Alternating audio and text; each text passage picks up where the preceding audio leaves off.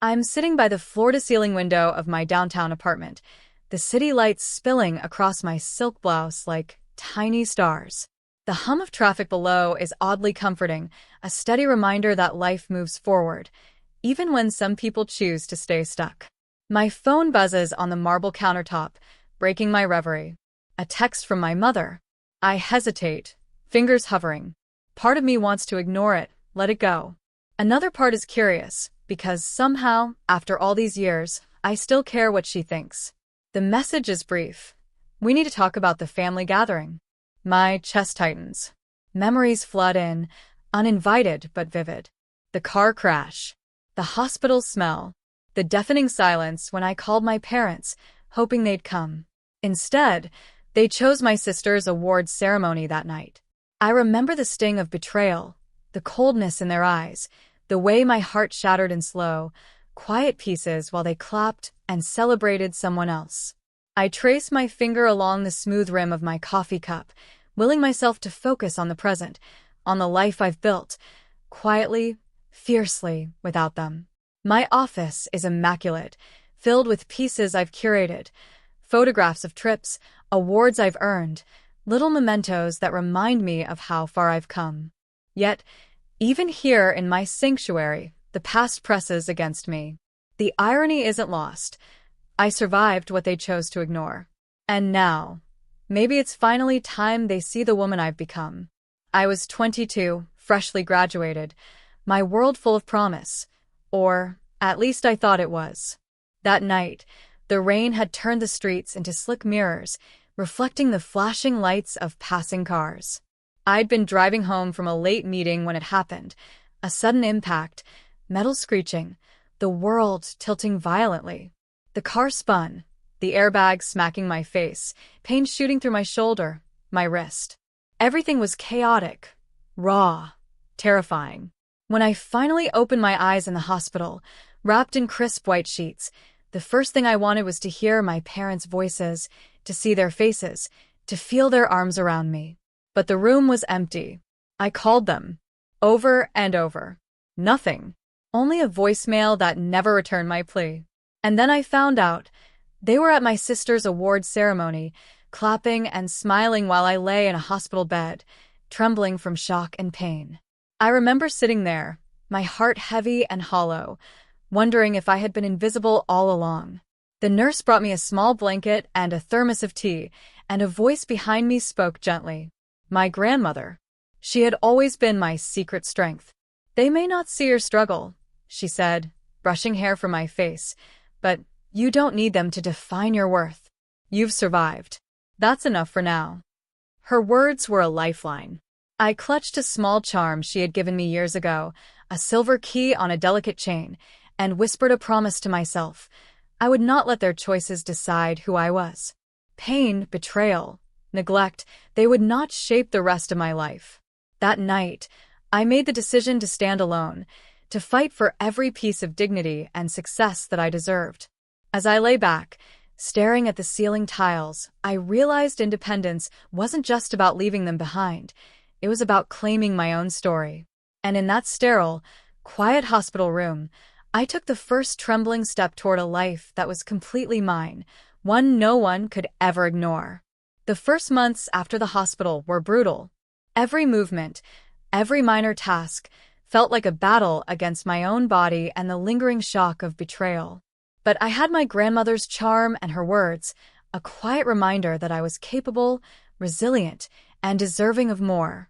I began to sketch out a plan, a small, careful path to independence. I moved into a modest apartment, the rent barely affordable on the part-time consulting jobs I picked up. Nights were long, filled with research, spreadsheets, and endless phone calls with potential clients. I remember one evening sitting cross-legged on the floor, a stack of unpaid bills at my feet, hands trembling from both fatigue and doubt. Could I really pull this off? But the charm on my necklace seemed to warm against my chest, whispering, "You're stronger than you think." Then came James, a seasoned mentor I met at a networking seminar. He had a sharp eye for talent and a gentle confidence that made people believe in themselves. "You've got instinct," he told me one rainy afternoon, coffee steaming between us. Now, let's turn that instinct into action. Under his guidance, I learned how to pitch clients, negotiate contracts, and build a professional identity from scratch. There were days I wanted to give up, nights when rejection emails piled high, but each small success, my first profitable project, my first glowing client testimonial, felt like a secret victory. By the end of the first year, I had grown enough to quietly register my own consulting firm. I posted only modest updates on social media, carefully curating a low-profile online presence. My parents had no idea. The thought of telling them now felt almost absurd. I didn't need their validation, but the irony of their ignorance fueled my determination. I decorated my new office with pieces that reminded me of the journey. A framed photograph of the hospital window where I had first cried alone, a small stack of books my grandmother had gifted me about resilience and leadership, and the silver key on my necklace that had guided me through every dark night. Each object was a testament to my growth, a quiet rebellion against the neglect I'd endured. By year 3, I was thriving. My firm had landed major clients, my reputation growing steadily in the industry. I had learned to navigate skepticism, to fight subtle gender bias, and to excel in spaces where people doubted a young woman from a family that had abandoned her. Yet I remained invisible to them, my success a secret fortress. And inside that fortress, I discovered something I hadn't realized in the hospital. Triumph tastes sweeter when it's entirely yours. The day they arrived, I felt a strange mixture of anticipation and calm. My parents had called under the pretense of visiting, claiming they wanted to see how I was doing after my recovery. I had agreed, but only on my terms. Today, they would step into my world, not the version of me they thought they knew. I led them through the door of my penthouse office, sunlight spilling across the polished floors and the soft hum of the city outside. Expensive art lined the walls, each piece carefully chosen to reflect a journey, a triumph, a moment of transformation. A sleek mahogany desk sat near the window, strewn with awards and recognitions I had quietly earned over the past 3 years. My parents' eyes widened almost imperceptibly, the first crack in their composed facade. I gestured toward the leather chairs and offered them water. The air was tense, thick with years of unspoken disappointment and guilt. I let them take in the surroundings, letting the silence do part of the work I had planned. I could see my mother adjusting her scarf nervously, my father clearing his throat, their polite smiles faltering under the weight of realization. Finally, I spoke. "You've been wondering how I've been," I said, voice steady but layered with emotion. "Let me show you." I walked them through the milestones. My first big client contracts, my firm's impressive growth statistics, the charitable initiatives I had quietly funded. Every slide, every report, was a subtle reminder of the years they had chosen to ignore me. Then I dropped the truth. I'm not just doing well. I own the company. I manage millions. I built all of this while you were celebrating my sister's awards instead of checking if I was alive. The words hung in the air like a weight, heavy and undeniable. The reactions were instantaneous. My mother's hands trembled, her eyes wide with disbelief. My father's jaw tightened. He looked as though the ground had shifted beneath him. The room was silent except for the faint ticking of a clock, each second stretching, magnifying their shock. For a moment, I felt a twinge of satisfaction, tempered with the knowledge that this was not revenge. It was truth, raw and undeniable. They asked questions, faltering between curiosity and guilt. How had I done it alone? Why hadn't I told them? I answered calmly, sharing a carefully crafted narrative that highlighted my resilience, my struggles, and the quiet victories they had missed. Every detail underscored one fact: I had survived, thrived, and risen without their help. By the time they left that evening, the atmosphere had shifted irreversibly. They were no longer in control of the narrative. They had seen the woman I had become, the one they had failed to support. And for the first time in years, I felt a deep, unshakable sense of closure. I didn't need their approval anymore. They simply had to acknowledge what I had accomplished. After the initial shock of the reveal, I realized that having the upper hand was not about punishing them, it was about setting boundaries and ensuring that the past wouldn't repeat itself. I could help, guide, and support, but only on my terms. The old patterns of neglect and favoritism ended here. I sat across from them in my office, calm but resolute. If we're going to have a relationship moving forward, I began, there are conditions. My mother's eyes flickered with hesitation, my father's shoulder stiffened, but I didn't waver. This was my moment of authority, tempered with compassion. First, I said, I need honesty. No more lies, no more selective truths. If you want to be part of my life, it will be on a foundation of transparency. My mother nodded slowly, the weight of guilt visible on her face. Second, I continued, I need respect for boundaries. I've built my life with careful decisions, and I won't allow anyone to undermine that again. That includes favoritism, interference, or dismissive behavior. Their silence was telling, the unspoken acknowledgement of years they had taken me for granted.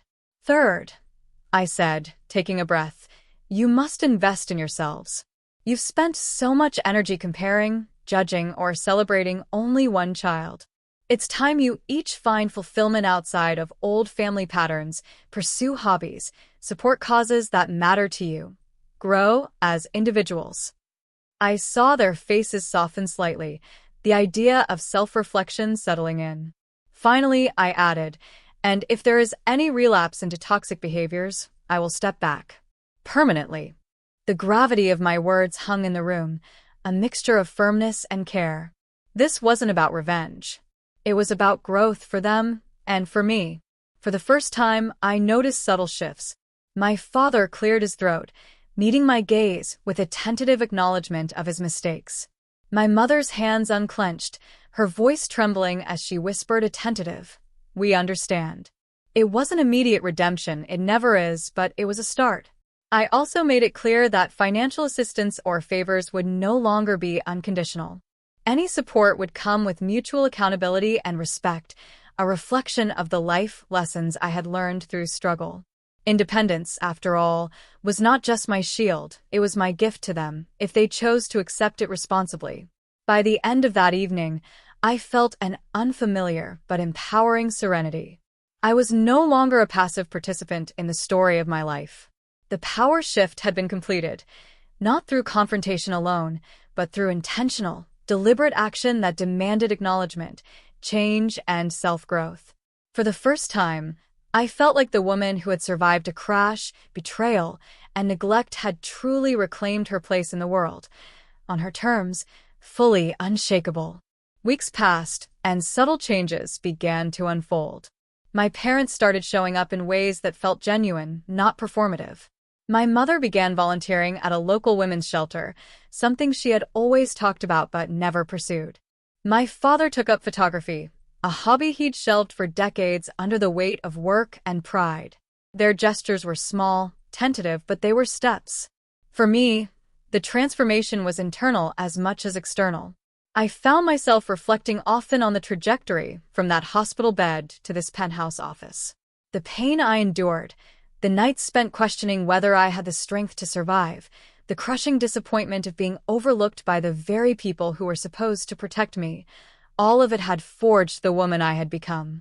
I had taken my grandmother's silver key, once a simple charm, and turned it into a symbol of resilience. I kept that charm on my necklace, resting against my chest as I walked through my office, feeling its cool weight. It reminded me that survival was only the first step. Thriving required courage, vision, and unwavering self-respect. And as I watched the city lights shimmer through the window, I realized how far I had come, not just in wealth or status, but in peace, empowerment, and clarity. The family gatherings now felt different. Conversations were honest, laughter more genuine, and there was a shared recognition that the past could not define us, but lessons from it could shape our future. I didn't need their approval anymore. I had earned their respect through action, not longing. At the end of one quiet evening, I sat by my window, coffee in hand, tracing the silver key with my fingers. The memory of that night in the hospital surfaced. The fear, the betrayal, the loneliness, but it no longer carried the same sting. Instead, it felt like a stepping stone, a marker of survival and a catalyst for the life I had created. And I whispered to myself, softly but firmly, the line that had carried me through every obstacle: I am my own witness, my own champion, and I will never be invisible again.